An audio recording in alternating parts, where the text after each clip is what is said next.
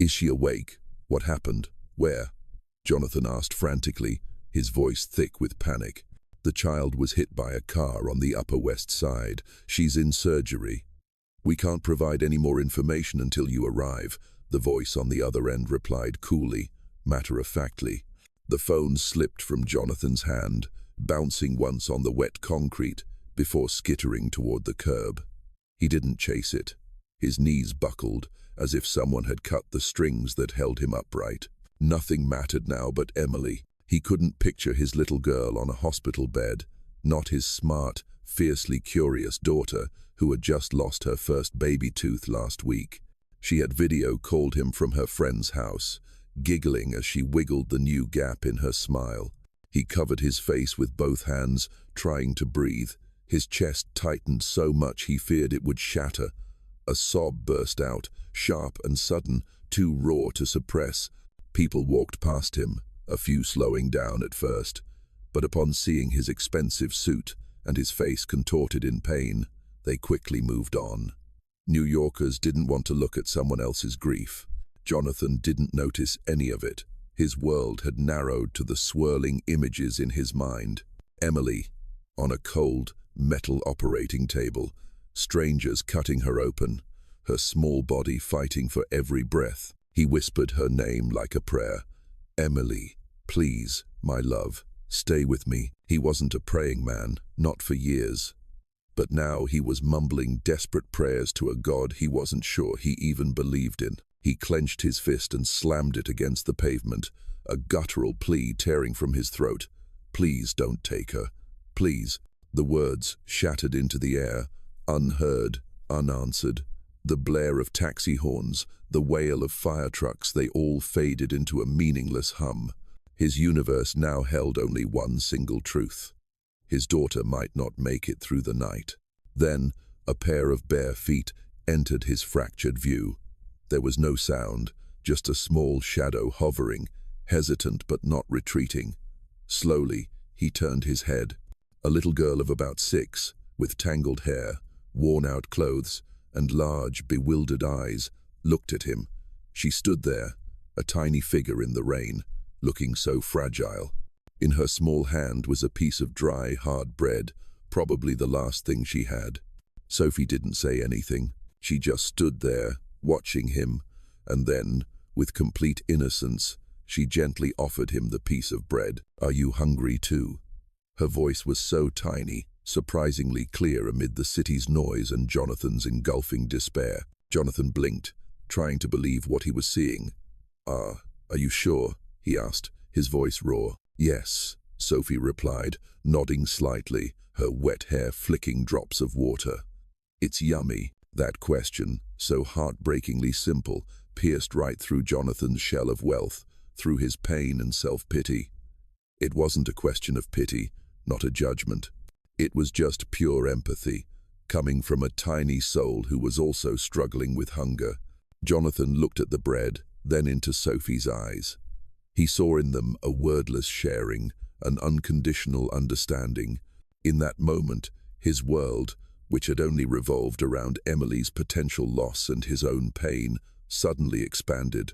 He realized there was another life, another reality, where small children were fighting just to exist, yet still held on to their pristine goodness.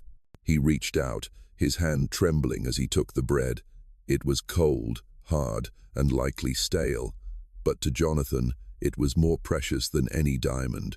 It was a bridge, a thread connecting him to the outside world, a reminder that even in the abyss of his suffering, kindness still existed. He didn't eat it right away. He just clutched it in his palm, as if it were a fragile, precious treasure. Thank you, he whispered, his voice hoarse. Thank you so much. Sophie smiled faintly. A small, shy smile, but enough to light a faint spark in Jonathan's darkness. Are you okay? She added, her eyes still full of concern. Jonathan tried to swallow the lump in his throat. I'll be okay, kid, he said, his voice still shaking. He looked at Sophie, seeing her thin shoulders shivering from the cold, her pale skin and slightly purplish lips. He noticed a small scrape on her knee, likely from a stumble somewhere. While he was drowning in his own grief, this little girl had stood there, in the pouring rain, without a single complaint, offering nothing but pure kindness. A powerful urge rose inside Jonathan. The expensive suit jacket he was wearing suddenly felt meaningless. Without hesitation, he slowly took off his bespoke coat. The soft cashmere, still holding his body's warmth, might help her get a little warmer. Sophie looked at him, her eyes wide with surprise, a hint of fear flickering as she watched him take off his jacket in the night rain. She cautiously took a half-step back. Jonathan noticed her reaction. He gently lowered himself, kneeling on one knee on the wet sidewalk to get on her level, not caring that the mud was staining his high-end trousers. He gently held out the coat. "It's okay, kid. I just want you to be warm." Sophie was still a little hesitant, but then she gave a small nod. Jonathan gently draped the oversized jacket over her frail shoulders. The coat was much too big for Sophie's tiny frame. It swallowed her whole, reaching down to her knees and almost covering her small face. She seemed to disappear inside it, with only her large, round eyes peeking out. The scent of his expensive cologne mixed with the damp, chilly air of the rainy night and a hint of old bread from Sophie's hand. "There, you're warmer now," Jonathan said, his voice softer than he thought it could be, a tired but genuine smile appearing on his lips. Sophie instinctively nestled into the coat, feeling the warmth spread through her. She shivered slightly, no longer from the cold, but from a strange sense of security. She looked up at him, her eyes filled with gratitude and a naive trust. She didn't say another word, just clutched the coat tightly like a precious treasure she had just been given. In that moment, on a deserted New York street in the rain, a broken millionaire and a homeless little girl found a silent connection, a profound understanding deeper than any language. It wasn't just a physical act of giving, but a transfer of a little warmth, a bit of care from one person in pain to another struggling soul. A fragile spark of hope, like a tiny flame in the night, had just been ignited.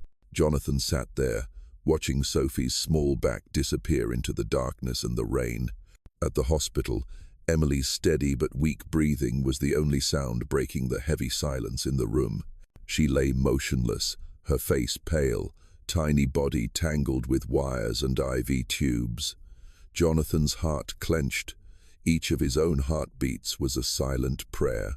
On the table beside the bed, right in his line of sight, the piece of dry bread still lay there. It was no longer in his hand, but had been carefully placed on a white paper towel. Not Emily's bread, but Sophie's. The old, simple piece of bread the homeless girl had offered him in the cold rain. Jonathan looked at the bread, then back at Emily. Two realities, two lives, had strangely intersected. His Emily was lying here, surrounded by modern machines and optimal medical care, yet her life hung in the balance. And Sophie, he wondered, where was she? In the night rain, all alone, had she found shelter? Would his expensive bespoke coat be enough to keep her warm against the harshness of a New York night? The bread was a painful reminder of another world, a brutal reality Jonathan had rarely had to face. He had lived a life wrapped in luxury, comfort, and security. But tonight, two children, one fighting death in a hospital bed and one battling hunger and cold on the street, had opened up a different perspective on life for him. A nurse walked in quietly, checking the monitors. She said nothing, just gave a reassuring nod. Jonathan appreciated the silence. He didn't need comfort. He needed time to face everything. Amid the long silence of the hospital room, memories flooded back, sharp as a slow-motion film. It was a Saturday afternoon, and his little girl, with her hair in braided pigtails, had waited excitedly by the door. "Daddy, come home early, okay? We'll go to the park to play on the swings and get ice cream," her young voice chirped. He had nodded, making the promise easily, while his mind was already on the looming deadline of an overdue report. But then, the call from his business partner lasted longer than expected. He chose the meeting. When he got home, his daughter was already asleep, still clutching the half-open storybook in her hands. He gently placed the book on the side table, kissed her forehead, and thought to himself, "Tomorrow. I'll make it up to her tomorrow." But tomorrow, and many other tomorrows, those empty promises piled up, buried under meetings, flights, numbers, and contracts. Now, those missed moments were like sharp knives, carving into his heart. "I was so foolish," he thought, salty tears rolling down his cheeks. "I was too busy to realize what truly mattered." He looked at his daughter, his heart shattered by a belated regret. After that fateful night, Jonathan was no longer the man he used to be. He sat by Emily's hospital bed, watching her recover day by day, but his mind kept returning to the image of Sophie in the rain and the hard, dry piece of bread. He had spent his entire life building an empire, yet that empire couldn't protect his daughter from an accident, nor could it help the shivering Sophie in the rain. He realized he had gotten lost in a maze of materialism, forgetting the true values of life. In the days that followed, as Emily slowly recovered, Jonathan began to plan how to use his wealth to create something more meaningful. He didn't just want to give money away, he wanted to create real change. He envisioned a charity, but not an old-fashioned one where money simply flowed through administrative channels. He wanted an organization that could reach the deepest parts of people's lives, just as Sophie had reached his. He started researching homelessness in New York, looking into abandoned children and broken families. The more he learned, the clearer the grim picture became of a world he had intentionally ignored. Emily's pain had opened his eyes, but Sophie's pain had opened his heart. One evening, after Emily was able to sit up and talk, she noticed the piece of bread on the table. "Daddy, what's that?" she asked, her eyes full of curiosity. Jonathan picked up the bread, looked at it, and told Emily about Sophie, about that rainy night, and about the coat he had given her. "I want to find her, Emily," Jonathan said, his voice filled with determination. "I want to help children like Sophie. I want to build a place where no child has to be hungry, cold, or sleep on the streets again." Emily listened, her eyes brightening. "I want to help too, Daddy," she said. "Let's do it together, okay?" In that moment, Jonathan realized that the fateful circle had closed. Emily's accident and his meeting with Sophie weren't random coincidences. They were a wake-up call, a destined path for him to change and find the true meaning of his life. Jonathan was still deeply concerned about Sophie. He assigned his best investigative team, the most professional people money could buy, to find her. Every day that passed, he anxiously awaited news. "Any news on Sophie?" he would ask his assistant, Sarah, every morning. It was the first question he'd ask after getting an update on Emily's health. Sarah, a calm and efficient woman, shook her head with regret for many days. "We're doing our best, Mr. Hale. The girl is homeless, and there's no identifying information other than your account." Jonathan felt a crushing disappointment. New York was so vast, and a homeless girl could disappear as easily as a grain of sand in the desert. But he didn't give up. He believed this was part of the fateful circle he had recognized. He needed to complete it. A few weeks later, when Emily was able to use a wheelchair and spend more time in the hospital's common room, Sarah unexpectedly showed up with a spark in her eyes. "Mr. Hale," she said, her voice a little breathless, "we have news about the girl, Sophie." Jonathan instantly stood up, his heart pounding. "Oh my God, really? Where is she? Is she okay?" "We found her in a shanty town near Grand Central Station. She's a bit sick, but safe. A resident there helped us. They said she was always wearing a very large men's jacket." Sarah smiled. Jonathan felt like a huge rock had just been lifted from his chest. "That's incredible. Arrange the car immediately. I'm going to get her. Right now." When Jonathan arrived, he found Sophie huddled on an old cardboard box, his jacket still on her, though it was now dirty and faded. She was thinner, and her eyes were a little more sunken, but when she saw Jonathan, a faint light flickered in them. Jonathan knelt down, as gently as he had the first time they met. "Sophie, do you remember me?" The little girl nodded slowly, then whispered softly, You came to find me?" "Yes, my love," Jonathan said, his voice filled with emotion. "I came to take you home." He reached out, gently stroking her tangled hair. "I'm going to take care of you." Sophie looked at him with innocent eyes, then looked towards the luxurious car waiting nearby. She didn't say anything, but she took his hand tightly. Jonathan lifted Sophie up. She was weightless in his arms. He wrapped her tightly in his coat, shielding her from the cold, early winter wind. On the way home, Jonathan called Emily. "Emily, honey, guess who Dad just found?" "Who, Daddy?" Emily's voice was full of curiosity. "Sophie," Jonathan said, a radiant smile on his face. "I found Sophie. She's coming home with us." A joyful cheer from Emily rang out on the other end of the line. "Really? That's amazing, Dad. I want to meet her right now." The next day, after Sophie had a health checkup and a proper bath, Jonathan took her to meet Emily.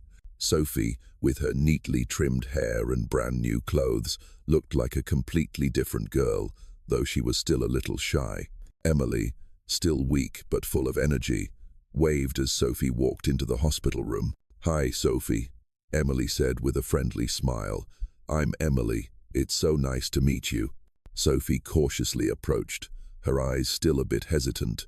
Emily reached out and gently took Sophie's small hand. "Thank you for the bread that day," Emily said, looking at Jonathan and then back at Sophie. "Dad told me all about it. You're his hero." Hearing Emily's words, Sophie looked up at Jonathan, and a small smile appeared on her face. That smile changed Jonathan's life completely. From that day on, Sophie became an indispensable member of the family. Jonathan arranged a cozy room for her right next to Emily's, filled with toys and storybooks. She started going to school, and with the help of a private tutor, Emily also gradually caught up with her studies after her long hospital stay. In the following months, Emily made a miraculous recovery. She not only returned to school but also became Jonathan's right-hand partner in running the Sophie's Hope Foundation. The two sisters, Emily and Sophie, became incredibly close. Emily often read to Sophie, helped her with her homework, and brainstormed ideas for the foundation's activities. "Dad, I think we should organize a picnic for the kids at the center," Emily suggested once, her eyes shining with excitement. "We can bake cakes and play games." Sophie sat beside her, nodding eagerly. "Yes, I want to play hide and seek." Jonathan looked at his two daughters, his heart filled with love and happiness. He had once been a wealthy but lonely man, obsessed with numbers and profits. But now he had a new family, a higher purpose, and two wonderful daughters. The Sophie's Hope Foundation flourished. Homeless children now had a home, were well-fed, educated, and loved. Every time he saw a smile on their faces, Jonathan remembered the hard, dry piece of bread and Sophie's eyes on that rainy night. That was the fateful circle that had changed his life, transforming a cold heart into a warm one that radiated love. The story ends with an image of Jonathan and his two daughters, Emily and Sophie, building a new, meaningful life together, where love and kindness were spread. They not only found a family in each other, but also brought hope to others, proving that even in the most difficult moments, kindness and humanity can light the way and help us find our true value.